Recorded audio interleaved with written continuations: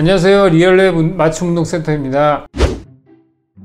오늘은 많은 부모님들께서 궁금해하시는 척추측만증의 그 초기는 어떻게 알아볼 수 있을까라는 주제를 가지고 한번 이야기를 해볼까 합니다. 척추측만증은 조기에 발견하게 되면 운동으로 충분히 관리할 수 있지만 초기에 증상을 놓치면 교정이 굉장히 어려워진다. 그리고 자라면서 통증도 같이 또 증가할 수 있기 때문에 조기에 발견해서 치료를 하는 게 좋을 거라고 생각을 합니다. 일단 아이의 자세가 걱정이 되신다면 오늘 영상을 꼭 끝까지 좀 봐주시면 좋겠습니다.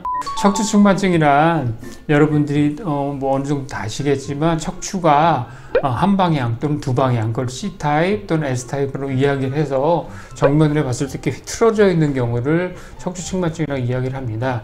단순히 허리가 아픈 게 아니라 뼈 자체의 정렬에 변형이 생기는 구조적인 또는 기능적인 문제입니다. 대부분의 경우 성장기인 초등학교 고학년에서 중학교 사이에 처음 발견이 되는데 특히 여학생에서 더 자주 나타나는 경향이 있습니다. 이거는 뭐 여러 가지 이유가 있을 수 있겠지만 그 문헌마다 조금은 다른데 여아들이 남아보다는 좀 더 발병률이 더 높다라고 이야기를 하고 있어요. 근데 그 이유에 대해서는 여러 가지 설만 있지만 일단 대표적으로 남자보다 여자의 골반 자체가 옆으로 좀 더 벌어져 있으며 또 대퇴경사각이라는 그 경사 각도가 훨씬 더 크고 또 그리고 가운데에 있는 천추라는 뼈가 있습니다. 가운데 천추가 남자들보다는 조금 더 위쪽으로 올라와 있어서 좌우로 스윙이 잘 일어날 수 있게끔 돼 있어서 여자아이들에게 측만증이 일반적으로 많이 호발하는 경향이 있다라고 그렇게 문헌에 나와 있는 경우도 있어요. 하지만 아주 정확한 원인은 과학적 원인은 알 수가 없다라고 그렇게 이야기하고 있습니다.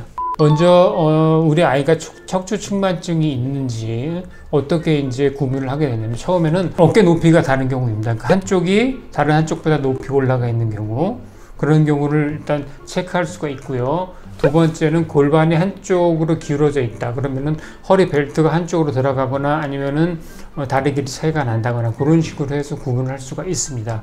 그리고 견갑골 뼈가 한쪽으로 튀어나와 있다. 이런 경우에는 그러니까 앞으로 숙여 봤을 때 또는 가만히 있을 때도 튀어나오는 경우가 있고요. 이럴 때는 주로 흉추 쪽에 등 쪽의 변이를 우리가 예상할 수 있다 라고 그렇게 볼 수가 있습니다. 그리고 정면에서 봤을 때 팔꿈치와 옆구리 사이 간격이 다른 경우입니다. 그러니까 좀 더 먼 경우가 그쪽으로 휘어져 있는 경우를 이야기할 수 있습니다.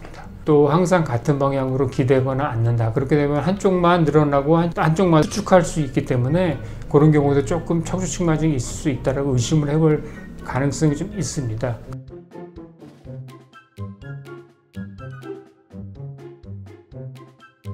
말씀드린 그 리스트 중에서 한 2개 이상에 해당된다면 엑스레이를 통해서 찍어보시는 게 좋을 것 같습니다. 그리고 누구나 쉽게 알 수 있는 방법은 아담스 테스트라고 해가지고 허리를 숙였을 때 유난히 등 높이가 좌우를 비교했을 때 한쪽이 높거나 또는 허리 높이가 한쪽이 높을 때 그때는 거의 척추측만증이라고 확신하고 병원에 내원하셔서 엑스레이를 촬영해 보시면 아마 정확한 결과를 얻을 수 있을 거라 생각합니다. 제가 그 예전에 함께 그 치료했던 그 환자 중에 한 케이스를 가볍게 설명을 드리면 11세 여아가 있었습니다. 11세 여아가 있었는데 할머니랑 같이 이제 내원을 해서 근데 그 당시에 이제 할머니가 그 아이가 자세가 평상시에 너무 안 좋고 한쪽 견갑골이 조금 튀어나와 보이기도 하고 여러 가지 그런 문제점이 많다라고 생각을 해서 엑스레이 촬영을 했습니다. 그 결과 아이가 각도가 제가 정확히 기억은 못하겠지만 한 23도, 4도 정도 한쪽으로 휘어져 있는, 다행히 그래도 아직은 기능적인 측만증으로 볼 수가 있는 한 방향으로 틀어져 있는 그런 형태의 측만증으로 진단을 받았는데요. 그래서 정말 그 아이가 일주일에 한 3번씩 정말 열심히 치료를 했습니다. 해서 나중에는 결과적으로는 각도가 거의 다, 그러니까 한 2도, 3도 정도 거의 다 이제 각도가 줄어든 그런 케이스가 있었는데 그런 경우는 예를 들어서 그 주변에서 할머니가 그래도 자기 손주를 집중적으로 잘 보시면서 모니터링을 하셔가지고 그 아이를 검사를 받게 해서 그래도 그 아이가 아직 생리 전이었어요. 그렇기 때문에 조기 치료를 한 결과 좀 더 이펙트가 있을 수 있었고요. 그래서 나중에는 어찌됐든 23도가 한 약 2도 정도의 각도로 줄어들면서 그 후에도 향후 6개월에서 12개월 사이에 한 번씩 와서 추적 검사하면서 계속 치료를 했던 그런 생각이 납니다. 그러니까 뭐든지 조기 발견을 해서 거기에 맞는 케어를 해주는 게 가장 중요하다라고 말씀을 드릴 수가 있을 것 같습니다. 자, 마지막으로 이 영상이 마음에 드셨다면 구독과 좋아요 부탁드리겠습니다.